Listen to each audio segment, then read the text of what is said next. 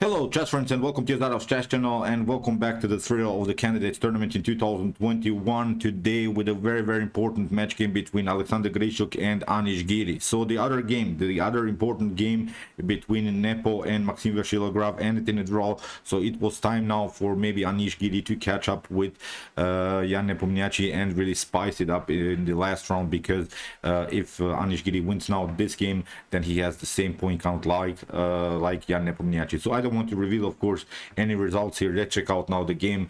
At the end, we'll analyze also the current standings and also decisive moments of this particular tournament. So let's check out now the game. Here, d4 played by Grischuk. We have here knight to f6 by Giri. c4, we have e6, the counter Nimzo Indian with the move knight to f3.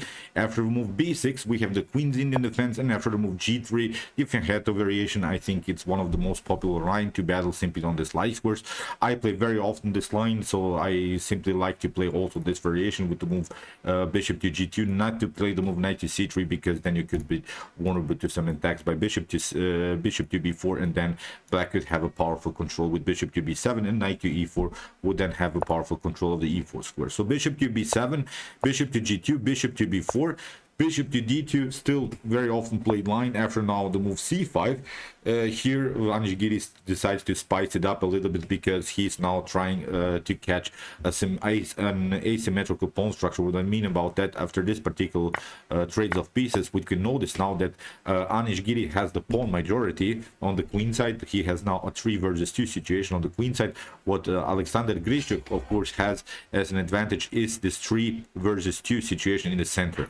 When it comes to bishops activity, both bishops are good. Maybe black is playing sort of a positional pin here. This knight will never be able to move, then we'll simply trade off the bishop. And the good part, I think, for this in this setup for black is that you have many pawns or dark squares, so they cannot be attacked, of course, by the light square bishop. But in my opinion, I simply don't like this line, because this line is very weak in but I still think that Giri played simply this line in order to spice it up somehow, to create further dynamics in order to try really to win this game. So castling, we have knight to d2, we have now d6 by Giri, queen to b3, and now comes to move a5. Here Grischuk plays, I think, an outstanding move a3, breaking immediately the space advantage. If you try here to pass through, of course you simply lose the b4 pawn, so that's why he has broken, I think, with the move a3 the space advantage that black has built here on the queen side. So far a nice opening line here by Grischuk. So knight to a6, you don't want to play, of course, knight to c6, then you're vulnerable maybe after this bishop knight moves here to g5 and similar this, then you could get pinned by the bishop. So that's why knight to a6, trying also some maneuvers of knight to c7, and maybe even in some occasion, if the position allows it, maybe a d5 pawn breakthrough. Here rook from f to d1, queen to e7, knight to e1, and now after bishop to g2, king to g2, here Alexander Grischuk simplifies the game, has now the opportunity to push the pawn on e4. Here we have h5 by Giri. This was maybe the best of moves, maybe simply playing rook to c8, simply getting your pieces into the game, because the pawn moves are always dangerous moves when you cannot move the pawns. You cannot move the pawns, of course, backwards. So that's why maybe activating the pieces here slightly better, getting both of your rooks on natural files on the c file and on the d file. But okay, after king to g2, we have h5, knight to c2 here by Grischuk, and now comes this idea, b takes a3. After b takes a3, okay, it seems so that at least Giri has undoubled his pawn, but he has left now the backward pawn on b6, which I don't like. And as I said, this is a very risky opening line. Still, white is slightly better here. I don't think that black has gained in anything in this particular line. After move a takes b3 here, you see black is simply forced here to protect this backward pawn. After move e4, now comes the central pawn storm, which is very natural in these types of structures. We have really a pure domination with the support of both of these knights. These are very powerful 3 pawns, and black is simply pushed away. The knights don't simply like this kind of structures, because then the knight don't have good squares in the center of the board, because you want, of course, to centralize your knight. So here Giri tries now to build this sort of king's Indian structures with the move e5, forcing maybe move like d5, then it would be a perfect position for black, because then the knight could come on c5 and you would have a compact position. Then the e4 pawn would be a clear target. But Grischuk is an experienced player.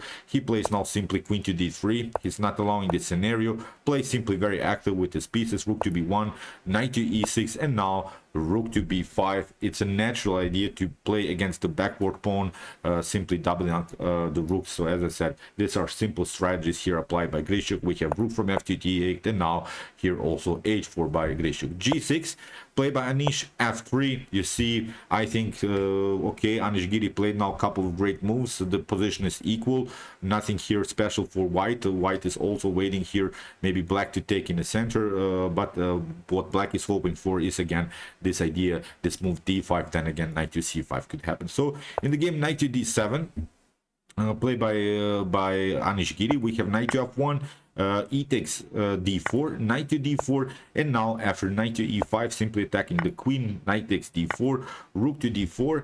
And okay, Grischuk has also now an isolated pawn, but still I kind of like more Grischuk's position even after this trade of pieces. Look at this isolated pawn here, backward pawn here, weak square on d5. The only weakness that Grischuk has at the position is maybe here the c4 pawn, but it can be protected, I think, with knight to d2. So much better position already for Grischuk here in this particular position. I don't think that Anish can battle for anything. Knight to c6, simply rook to d1. I think these moves by Grischuk are now very easy to find. And now comes queen to e6. Here maybe slightly better again to try to move knight to e5, hoping simply for good continuation after maybe knight to e3, rook to c8. And okay, you could maybe occupy this square, but maybe with the move rook to c5 we could try to simplify the position with the move rook to c5, try to trade off more rooks, and maybe, as I said, going into a simplified endgame. But okay, after the move queen to e6, it gives now Grischuk the opportunity to play knight to e3, and you see now the d6 pawn is a weakness. The queen is also endangered by some potential f5 activities. The move f5 would be now a great breakthrough motif, because the queen is there. The queen on e6 is now vulnerable to white's attacks by some pawns. After the move knight to e7, we have queen to d2 here by Grischuk, and now comes the move f5. What to do here? Here Grischuk plays the normal idea, simply takes a pawn. Really wild stuff. So as I said, too many weaknesses in this structures: backward pawn on b6, backward isolated pawn on d6, weak square positions on d5. Here it's already a +3 position. Knight to c6 here, and Grischuk simply takes, e takes f5. Really, I'm not sure what happened here to Anish Giri. He got outplayed really in the opening. Knight to f5, and Grischuk has suddenly 2 pawns extra on the board, so it's completely winning endgame here. So knight to e5, we have rook to d6, rook to e8, and now after rook to d4 we have knight to c6, rook to d2. Here after trades of rooks, rook to d5. Here Grischuk is trying to simplify the position, trading off more rooks, and get here maybe 2 connected pass pawns. So here in the game, rook takes d5, c takes d5, knight to e5, knight to d6, and now king to f8. Now we have to play, of course, also very active with our king, and now again this idea, knight to d6, knight to f6, king to f6, and now king to e4, simply king to d4, centralizing the king, knight to b5, king to f6, and in one particular moment you will, of course, have the ability to play g4 here, knight to c3 here, king to f5, knight to e4, king to g6, and now after the move g4 here Anish tried b5, and now after the move knight to c5, it was really incredible that Anish Giri resigned. So, but okay, if we evaluate the position now, potential trades of knights will happen, even if you try to maybe retreat with the move knight to b8. The problem is now we can simply play here d6, then king to d7 in one particular moment to simply push the pawn. d6 is, I think, simply winning here. If you move the king too much towards this side, then we could also create a passer here on the h file. So it was a lost game here for Anish. So I'm not sure what happened here. Deserved win for Grischuk, and it means now that Jan Nepomniachtchi is the winner of the candidate tournament in 2020-2021. Congratulations to Jan Nepomniachtchi. I think if you watch the candidates for the whole tournament, it was fully deserved. He only lost the game against Maxim Vachilagrav in the round 7 in 2020. it's, I think, a very great player. He has every great possibilities against Magnus Carlsen. He has every right to be confident, I think. Nepo can beat Magnus Carlsen because his style is simply different, so it will be a clash of style. So as I said, congratulations to Jan Nepomniachtchi. He deserved this one. He played, as I said, when we watched the whole tournament, the best chess so far. So okay, the candidates tutorial is over. If you want to see more about this tournament, please check out my other games so far that I've covered. Also, here are some links of my videos before, and if you want to maybe watch the best chess games of all times, check out my best chess games of all time series. Here's also the link, and if you like this content, don't forget to subscribe to my channel. See you soon with some more videos, and chess is the best, of course.